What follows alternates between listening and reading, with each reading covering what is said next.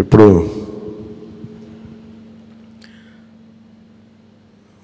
Party నేతగా మాట్లాడటం అలవాటు ప్రెసిడెంట్గా మన శాసనసభ పక్ష నాయకుడిగా మాట్లాడాలంటే కొత్తగా ఉంది. ఇప్పుడు గొడవలు పెట్టుకోవడం, మాట్లాడటం, సమస్యలు తీసుకురావడం. బట్ మీ అందరికీ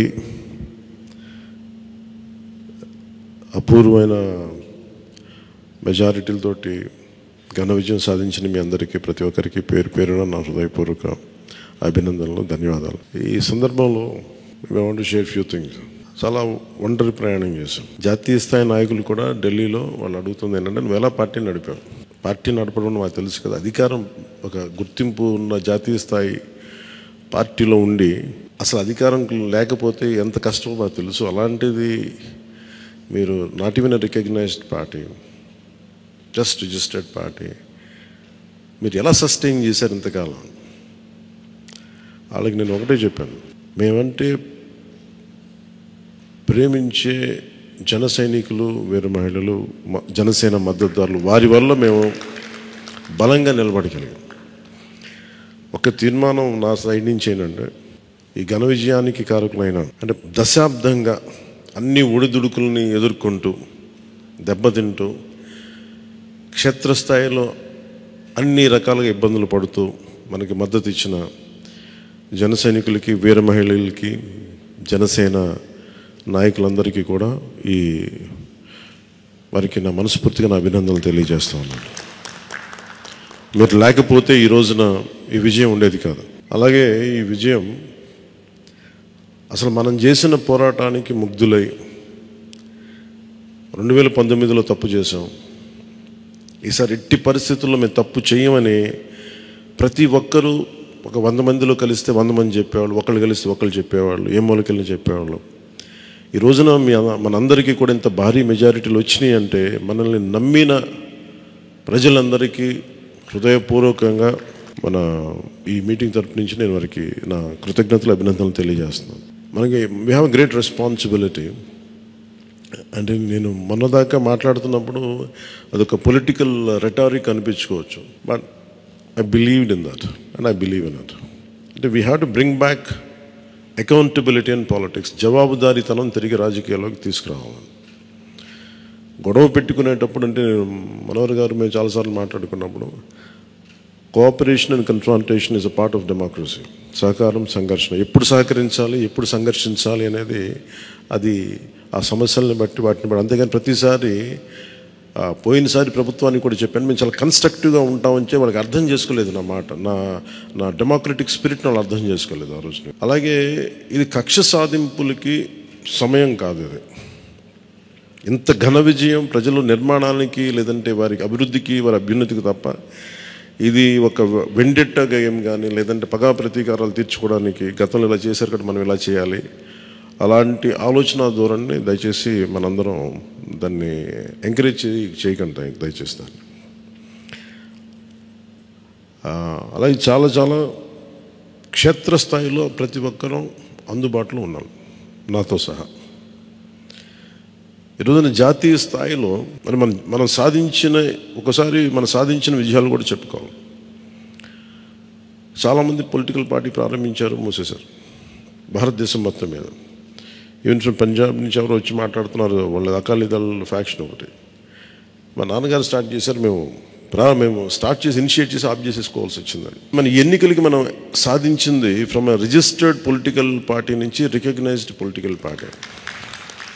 అండ్ రెండు, నెవర్ బిఫోర్ ఇన్ భారత్ పోటీ చేసిన అన్ని స్థానాల్లో భారీ మెజారిటీలతోటి గెలుపొందటం, 100% స్ట్రైకింగ్ రేట్, 100%. అంటే మన మీద ఎంత విశ్వసనీయత ఉంది, అంటే ఎంత విశ్వాసం ఉంది ప్రజలకి, ఎంత నమ్మారు,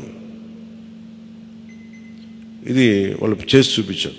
2019లో ఎలక్షన్లు అయిపోయిన వెంటనే మేము తప్పు చేసాం, మేము నీకు నిలబడతామని చెప్పి అది ఈ రోజున మనకి మద్దతుగా నిలిచిన ప్రజలందరికీ కూడా ఇంకొక మారు చాలా చాలా ప్రత్యేకమైన ధన్యవాదాలు. అలాగే 2 పార్లమెంట్లు పెట్టాం. అంటే దాదాపు మీరు చూస్తే 2 పార్లమెంట్లు మనం ఇవి తీసుకుని దాదాపు ఒక 45 స్థానాల్లో మనం ప్రభావితం ఉన్నట్టు మనం ఖచ్చితంగా డైరెక్ట్గా.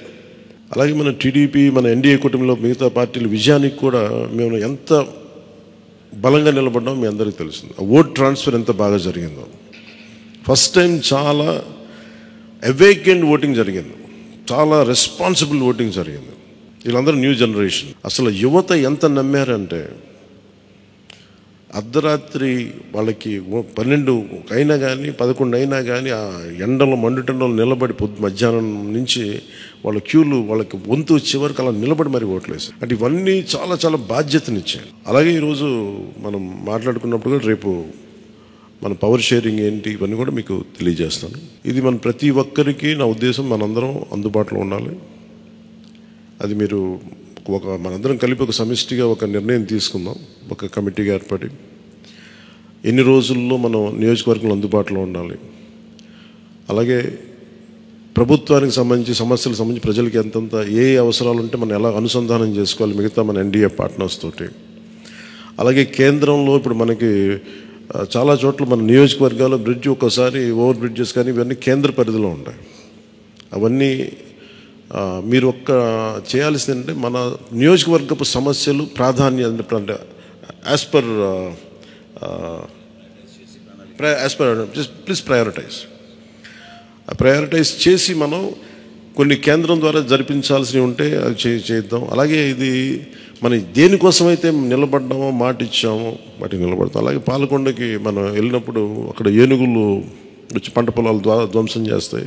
ప్రతి చిన్న చిన్న సమస్య. అలాగే irrigation projects, minor irrigation projects వీటికి చాలా తక్కువ నిధులతోటి 20-25 కోట్లతో అయిపోయే పనులు చాలా ఉన్నాయి. అండ్ మేజర్గా మన ఎలక్షన్స్లో మనం చెప్పింది విద్య, వైద్యం, ఉపాధి, సాగునీరు, తాగునీరు అండ్ లా అండ్ ఆర్డర్. ప్రజల మాన ప్రాణ ఆస్తుల సంరక్షణకి మనం చాలా చాలా జవాబుదారీతనంగా ఉండాలి. అలాగే మనకి ఇచ్చింది ఇది, ఎందుకంటే నెక్స్ట్ జనరేషన్ వచ్చింది, అది మనందరం అర్థం చేసుకోవాలి. పాత తరం రాజకీయాల్లాగా కూర్చోబెట్టి మనం పవర్ని ఎక్సర్సైజ్ చేస్తామంటే కుదరదు. ఎందుకంటే ప్రజలు ఎంత మద్దతుగా నిలబడ్డారో వాళ్ళు అంతే బలంతో మనం నిలదీయగలరు. అది మనం దయచేసి మర్చిపోతుంది. నాతో సహా నేను మర్చిపోదాన్ని. అందుకని లెటర్స్ బి వాళ్ళు ఒకసారి కోపంతో ఒక మాట మాట్లాడినా అసహనంతో అది మనం భరించాలి తప్పదు. అలాగే విమర్శించేటప్పుడు కూడా దయచేసి అది పర్సనల్ అటాక్స్ ఎవరికి కలగండి. వాళ్ళని మీరు చూశారు కదా, పోయినసారి ఆయన గత ప్రభుత్వాన్ని హ్యాండిల్ చేసిన ముఖ్యమంత్రి గారు ఎన్ని మాట్లాడి నేను ఎందుకు స్పందించలేదు వ్యక్తిగతంగా అంటే అది ఆ ప్రెసిడెంట్ ఆపేద్దామని మనం ఎక్కడ చేయాలి. అలాగే పార్టీ ఒకటి మనందరం చేయాల్సింది ఒకటి టైమ్స్, ఒకటి పంక్చువాలిటీ, సరైన సమయానికి రావడం. మీరు కావాలంటే గంట ముందు రండి. నైట్ 1:30, 2:30 అని పడుకునేటప్పటికి. ఎందుకంటే ఇది మనం 5 సంవత్సరాల కాలాన్ని ఎంత సద్వినియోగం చేసుకోగలం దాని మీద ఆధారపడి ఉంటుంది భవిష్యత్తు. దయచేసి మనందరం నియమావళిని పాటిద్దాం. కొంత మనలో కూడా మనం వన్స్ ఇన్ ఎ వైల్ మనందరం కూర్చొని మేబీ ఓవర్ లంచ్, ఒక ఈవినింగ్ ఒక చాయ్ పే చర్చ లాగా ఏమేం చేయాలి. అలాగే మనం కూడా కొంత కలుపుగోలుతనం చూపించాలి మిగతా పార్టీలు, మన ఎన్డీఏ కానీ బీజేపీ, మన ఎన్డీఏ పార్ట్నర్స్ అందరికీ కూడా. అంటే మనం ప్రత్యేకించి మనం ఎక్స్క్లూజివ్గా ఉండకుండా అందరితో మమేకం అవ్వాలి. At the same time not losing our identity. అందుకని ఇవన్నీ దృష్టిలో పెట్టుకొని ఇప్పుడు మనం ఢిల్లీలో మనం చేసినట్టుగా మన ప్రధానమంత్రి గారి పేరుని నన్ను కూడా ప్రతిపాదించినట్టుగా ఈ రోజున రాష్ట్ర ఎన్డీఏ నాయకులు మనం ఎన్నుకోవాలి. మీ అందరికీ ఇంకొక మారు ధన్యవాదాలు తెలుపుకుంటాం. Thank you. జై హింద్.